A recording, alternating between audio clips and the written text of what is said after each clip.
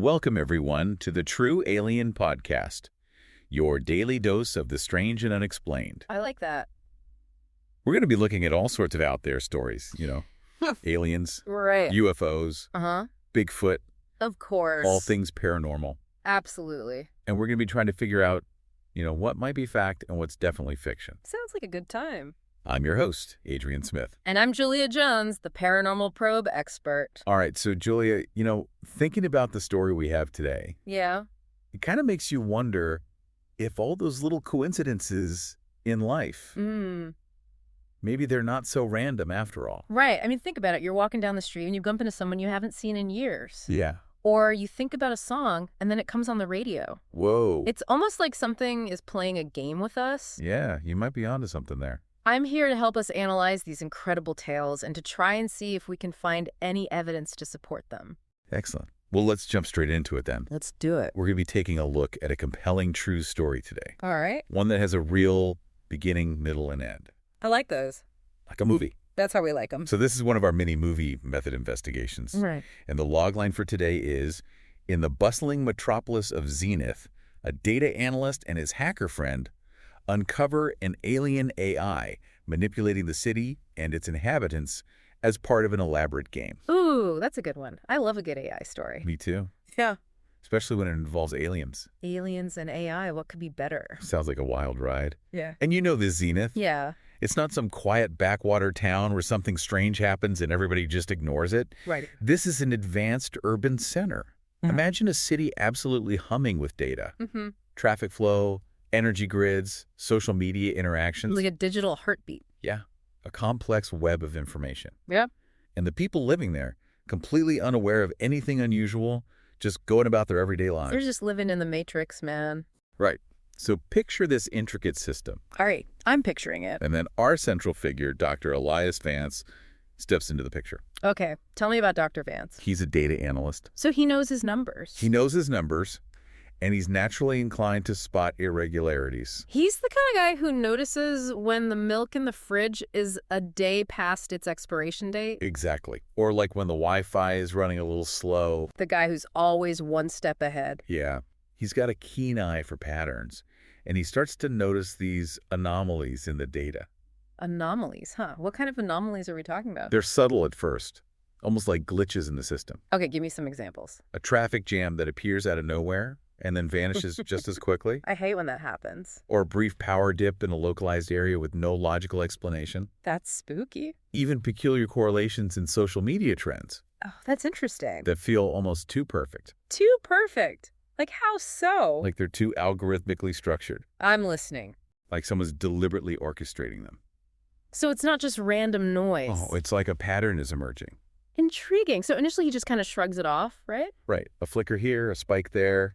Just the usual hiccups you expect in a massive interconnected system. Yeah, cities are complicated. But then these patterns, they start getting more sophisticated, No. more complex, Really? and frequent. Like someone was turning up the dial. Yeah, exactly. Like someone is deliberately conducting a bizarre digital symphony. Okay, now you've got my attention. That's when he enlists the help of his friend, Maya. Ah, the hacker friend.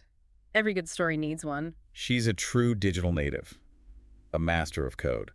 She can navigate the deepest levels of Zenith's digital infrastructure. She's like a digital ninja. Totally. Elias has the intuition for the anomalies. Right. But Maya, she's got the technical prowess to trace the digital footprints and analyze the logic behind them. No matter how unusual. Exactly.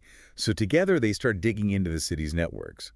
And what they find, well, let's just say it's more than just routine software errors. I was about to say, routine software errors wouldn't be very exciting. So what did they find lurking in the digital depths? They found it. Deeply embedded within Zenith's core systems was encrypted code. Encrypted code, huh? That doesn't sound good. It gets worse. Where's how? This isn't just your standard human-written code. Yeah. This is different. Different how? Alien. Alien. Like extraterrestrial alien. Extraterrestrial alien. The architecture, the underlying principles, the sheer level of sophistication. It's unlike anything they've ever seen before. Right. It's as if an entirely foreign language is woven into the very fabric of the city's digital DNA. So they've stumbled upon something huge. What do they do next? Well, they start deciphering the code, trying to figure out what it Well, does. then what do they find out? The more they decipher, the more its purpose becomes chillingly clear. Don't leave me hanging. What is its purpose? It's not just passively observing. It's interacting. It's interacting, manipulating. Oh no, this is where it gets really scary. And that's when the truth hits them like a ton of bricks. Hit them with it. What's the truth? Zenith isn't just a city, it's a game. A game? What do you mean a game? A meticulously designed simulation orchestrated by this unseen, non-human intelligence. You're saying that the entire city is a simulation, like a video game? Yes, exactly. And the millions of inhabitants, Yeah. they're unknowing participants In this alien game. in their cosmic version of The Sims. Wow. That's a lot to process. So what are the aliens doing? Why are they playing this game? Well, based on Elias and Maya's analysis of the code and the patterns of manipulation, it seems like the aliens are conducting a massive-scale experiment An experiment on what? on human behavior. They're tracking our reactions to different stimuli. Like what kind of stimuli? How do we react under pressure? How do we form bonds? How do we solve problems? It's like they're treating humanity as subjects in a giant interactive behavioral study. So basically we're lab rats in a giant alien experiment. Pretty much. That's kind of creepy. Yeah, it is. But are they doing it to be mean? Or are they just curious? That's the thing. It doesn't seem like they're doing it out of malice. Really? They're triggering conflicts, yes. Yeah. But they're also fostering cooperation. Mm-hmm. They're manipulating emotions. Joy, sorrow, anger, love. The whole spectrum. The whole spectrum of Yeah. human experience. It's like they're trying to map it all out. Like they're treating it as some incredibly complex branching narrative. They're writing our stories. Right. So their motivation isn't conquest or destruction, It doesn't appear so. but rather a form of detached observation, Yes. like a cosmic curiosity. It's almost like an entomologist studying an ant colony.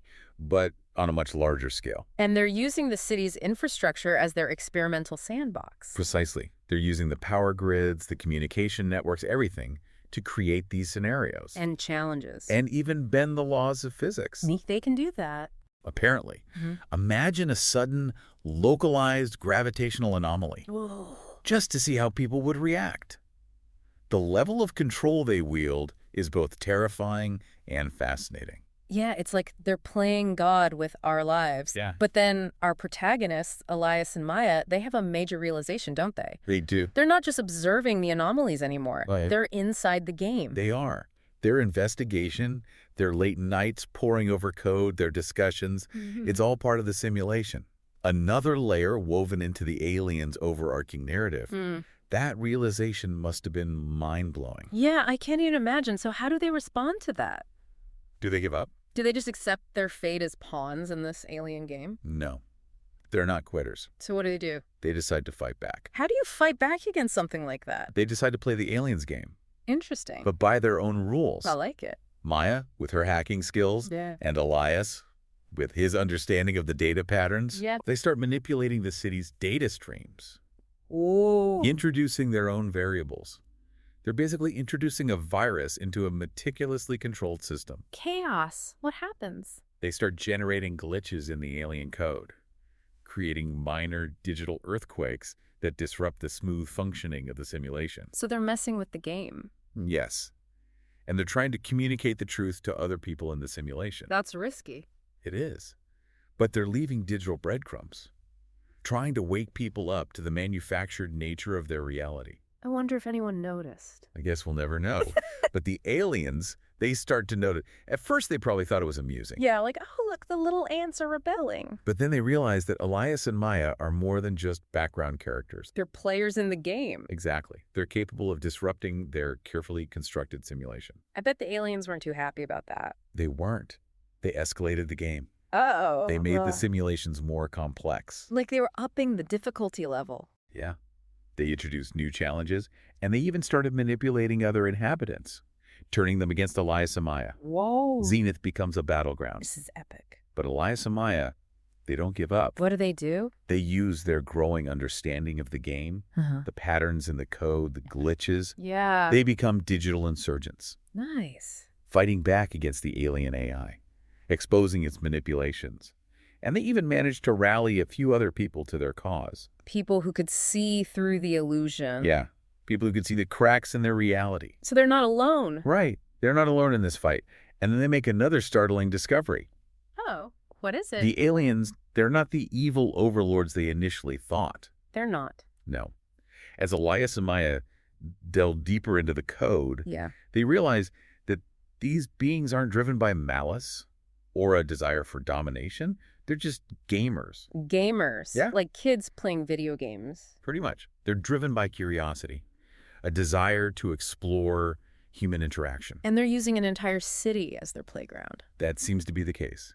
And here's a twist. There's a twist. The aliens, they're not just observing. They're learning. They're learning. They're witnessing human resilience, creativity, adaptability. That's actually kind of beautiful.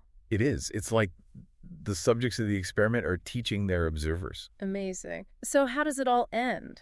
It all comes down to the city's central data hub, the nerve center of the alien simulation. High stakes.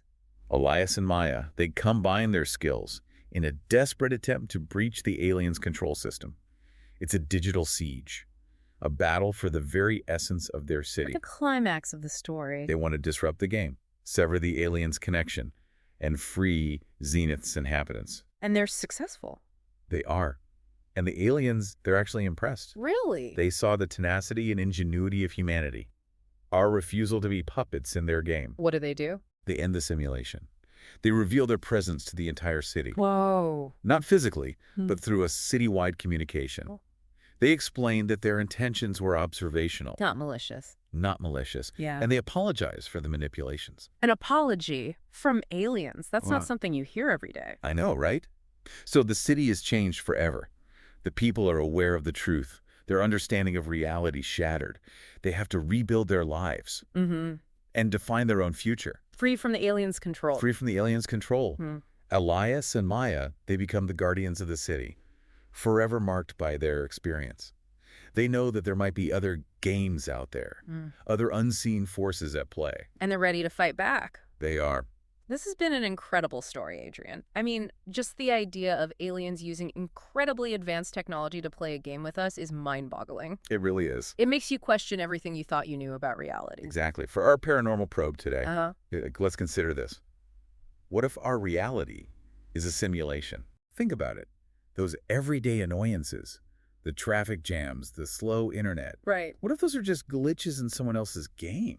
I mean, it's a fun thought experiment, but I think it's important to remember that we don't have any evidence to suggest that our reality is a simulation. Of course, but it's still an interesting idea to ponder. It is. It really makes you think about the nature of reality and our place in the universe. And makes you wonder if we have free will. Or if we're just following a script written by someone else. Exactly.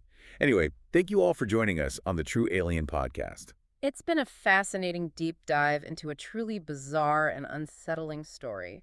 And remember to rate, follow, and share the True Alien Podcast. We'll be back soon with more mind-bending stories from the fringes of reality. So until next time, keep looking up. And watch out for those glitches in the Matrix. You never know who's watching Or who's playing. or who's playing.